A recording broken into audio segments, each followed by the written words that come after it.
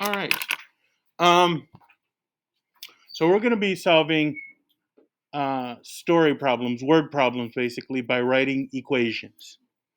So these are the 5 steps we're going to do. We need to follow these 5 steps to solve these equations, all right?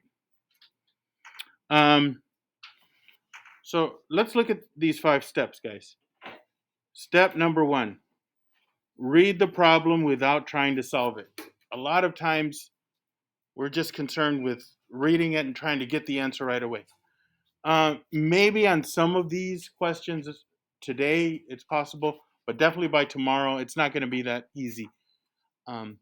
We have to read the problem sometimes more than once, so we get a grasp of what the story is, what's going on. Okay, so read it just to understand what's going on. That's the first thing we're going to do. Then the second thing we're going to do, after you've read it once, twice, 3 times, however many times, so you understand, define the variable. Okay, there is going to be a variable in this. And it could be a descriptive variable based on what we're trying to find, or it could just be X all the time. You decide. So define the variable. And the key there is to figure out what you are looking for. So we want to figure out what we're looking for. What are we trying to answer?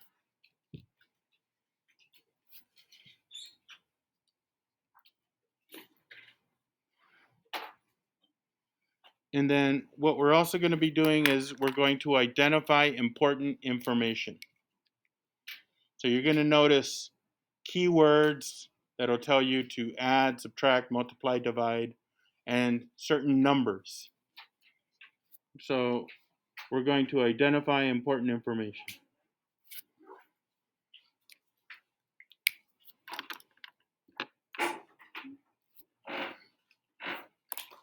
Then after we've done all that, hopefully at that point we can set up an equation. So we'll set up a problem, meaning an equation, and we'll solve it. So the main part of what we've already been doing is going to happen here. Setting up an equation and solving it. And then the last thing we're going to do is we'll evaluate the answer we get to see if it makes sense. We'll look over the answer and check and see if that's a reasonable answer. And that would be the 5th thing. Okay. So these are the 5 steps we'll follow. Let's begin. All right.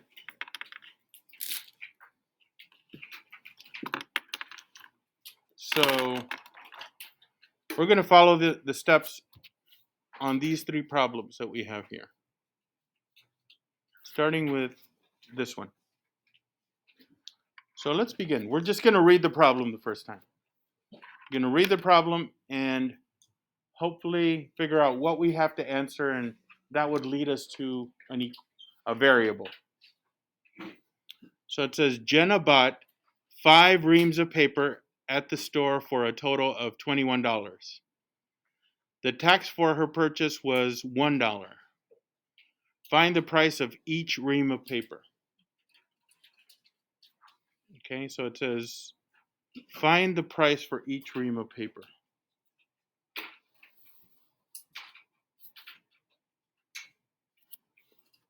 It's usually at the end, not always, but that's what we have to answer.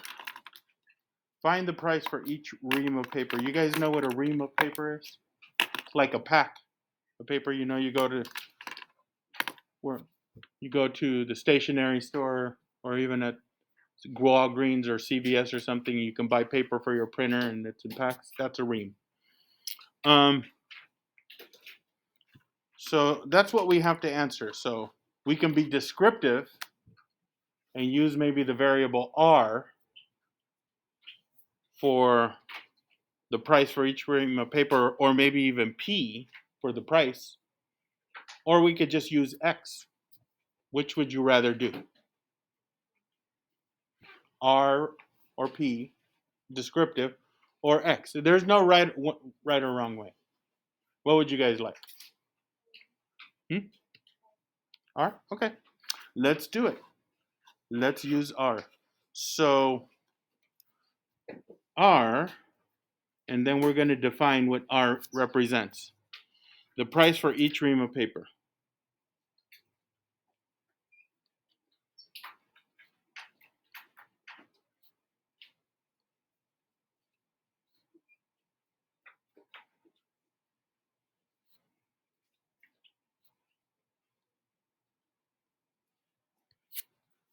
Okay, so there you go. R represents the price for each ream of paper. Boom. Took care of that. Now, let's go and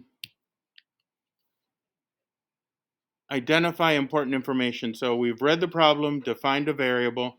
We're going to identify important information. Let's see. Jenna bought 5 reams of paper. That's going to be important. At the store for a total of $21. That's important. Anything else? Is there anything else I want to include there?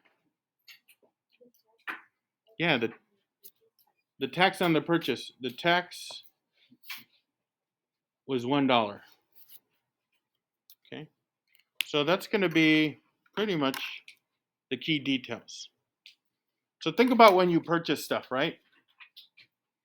So you purchase something, so the cost of the item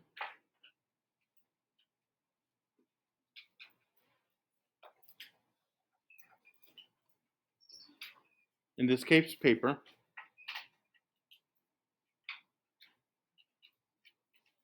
and then we always have to pay the government a little something, right? And we call that tax. And then that would be our total. So this is basically what our equation is going to look like.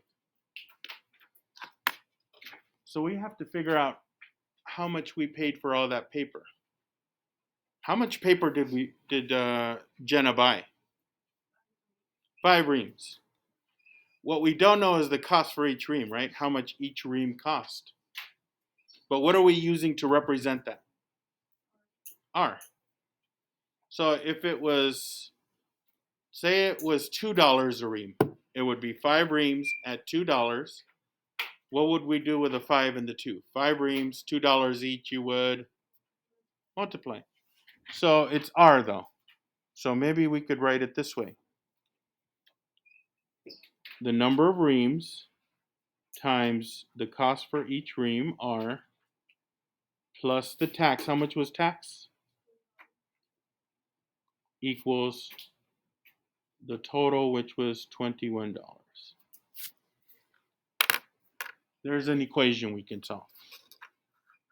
Okay, so let's go ahead and solve it. This part's easy now, right? We've done a bunch of these. So it's going to be 5R equals 20. Divide by 5, we get the price for each ream. So each ream cost 20 divided by 5, $4.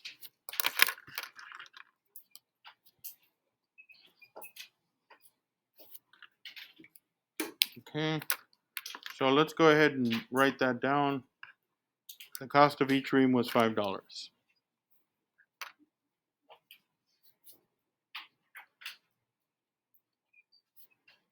Each ream of paper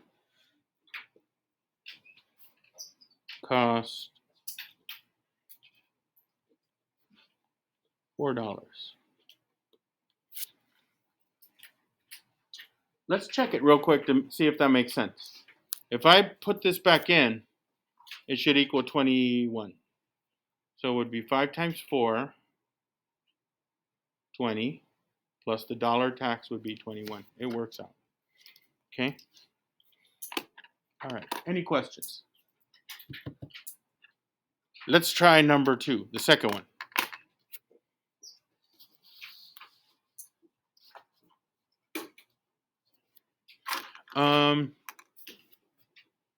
So we have Jordan had $32 when she got to the carnival. So she started off with $32. After riding 6 rides, she had $20 left. Find the price for each ride. Okay. So that's what we have to answer. Find the price for each ride. What should we use as a variable here? What do you think? We're asked to find the price for each ride. R again for price for each ride? We could use R, we could use P, we could use X. R again, why not? But this time, what does R represent? Price of each ride.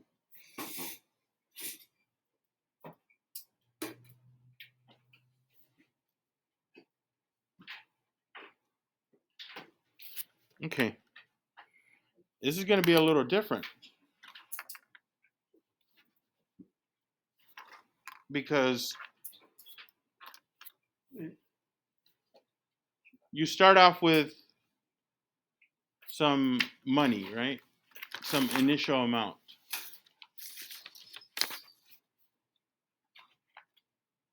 So she has some money at the start.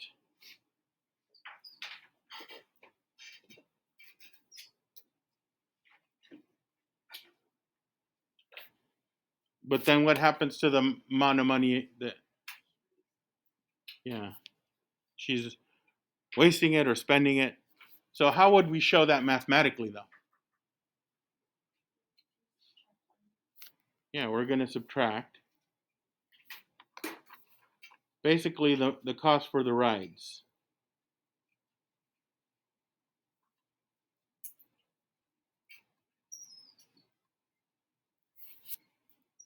And that would give us the amount of money left.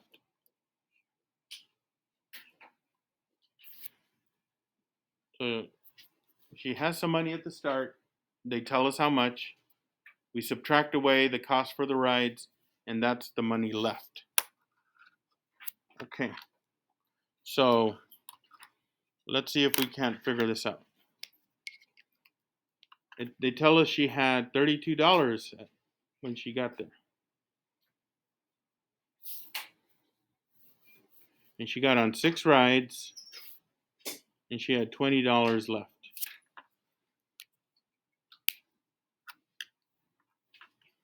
So let's see if we can't get an equation from that. How much money did she have at the start? $32. All right. And then we're going to subtract away the amount she spent for the rides. Do we know how much she spent for the rides? No. We do know how many rides she got on, though. 6 rides. And then she had 6 rides, and each ride cost a certain amount. How much does that cost right now? R. We're calling it R. So instead of 6 times 12 or 6 times 8 or 6 times, we don't know what it is. So we're going to call it 6 times R.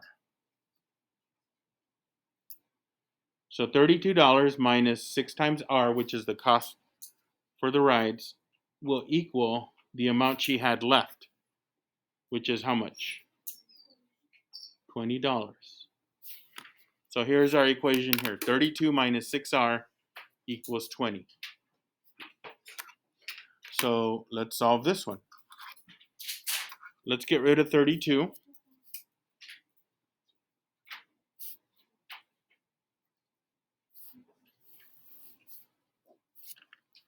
And let's bring down what's left. Negative 6R equals 20 minus 32, which is negative 12. Divide away the negative 6. And what are we going to get? It's negative 12 divided by negative 6. It's going to be 2. And I think we figured out the cost for each ride.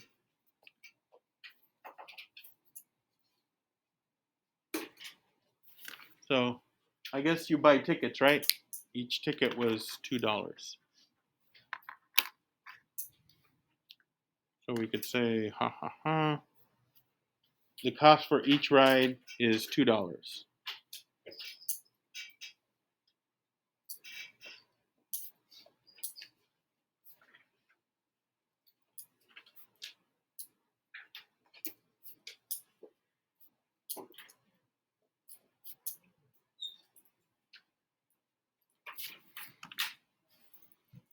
There you go. Okay, this is going to be the last one.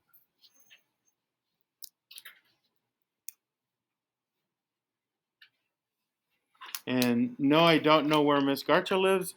I don't know if this is actually how far she travels. I just kind of threw her name in this. Miss Garcha drives the same distance Monday through Friday commuting to work. Last week, Miss Garcha drove 25 miles on the weekend for a total of 60 miles for the week. Find the distance Miss Garcha drives each day commuting to work. So let's identify what we want to answer. It's right here.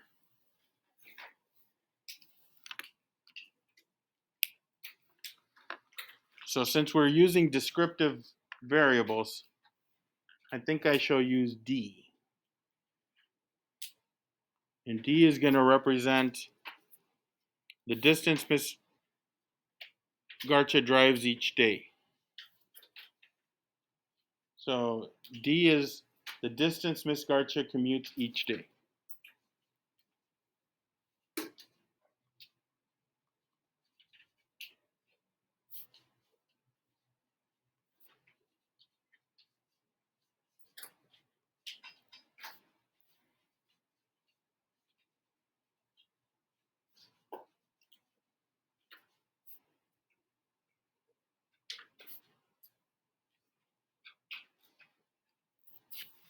Okay, there we are.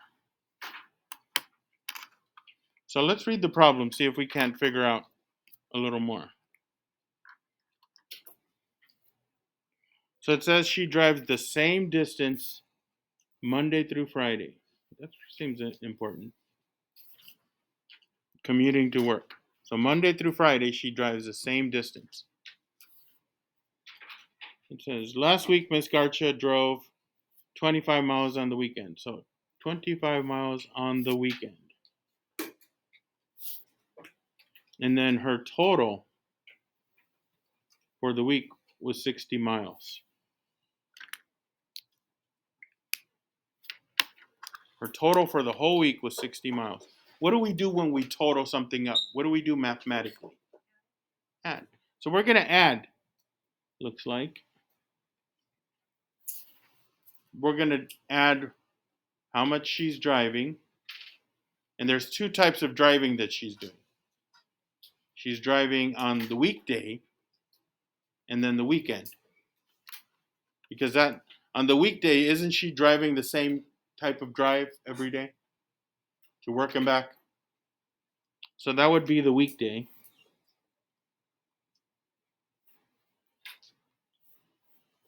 And then she drives a different amount on the weekend.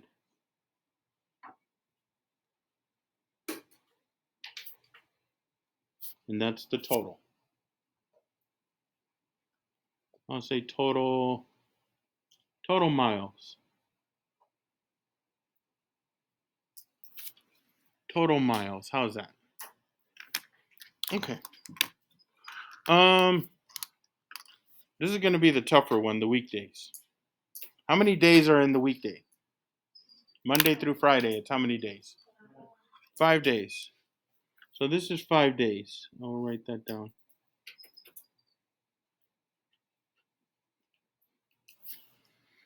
That's going to be 5 days. And each day she's driving how many miles back and forth to work? What are we calling it?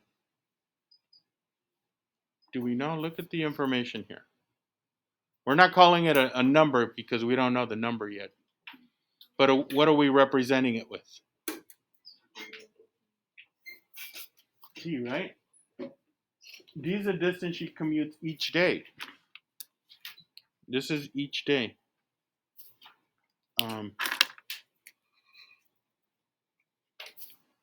So if I want to get all the miles that she drove on the weekday, it would be 5 days times the amount that she drives each day. 5 times D, 5D.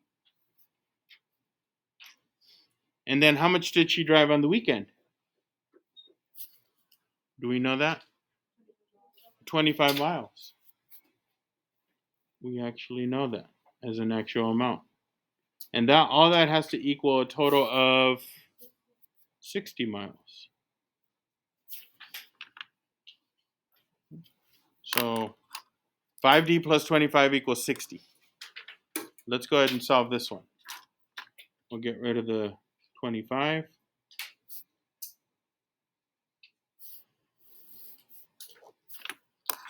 We get 5 times D equals 35. And then we'll divide out 5.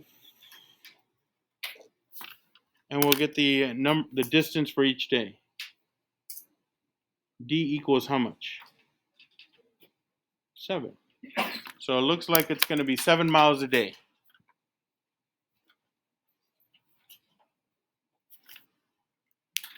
So that would make sense. 5 times 7 is 35, plus 25 is 60. Okay. So we could say Miss Garcha travels 7 miles each day to work and back.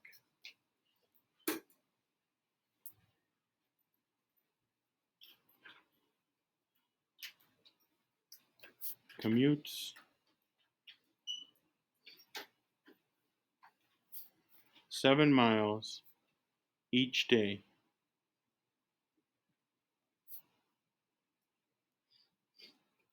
to work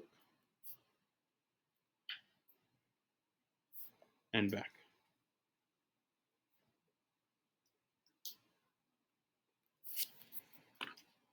Okay. There we go.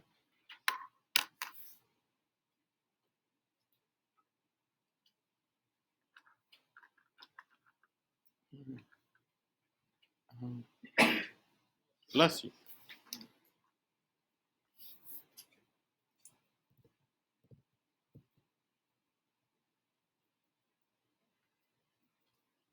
All right, so the assignment today is going to be on a CAMI assignment, and you'll have a couple options on how to answer it. Okay, I see a couple people still writing things down, so I just leave this up here for a bit. Bless you.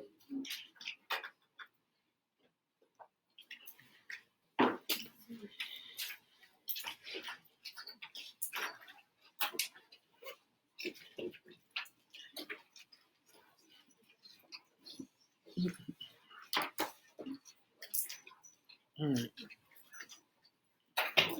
So take out your Chromebooks, please, and go to period 4. I think we're all done now.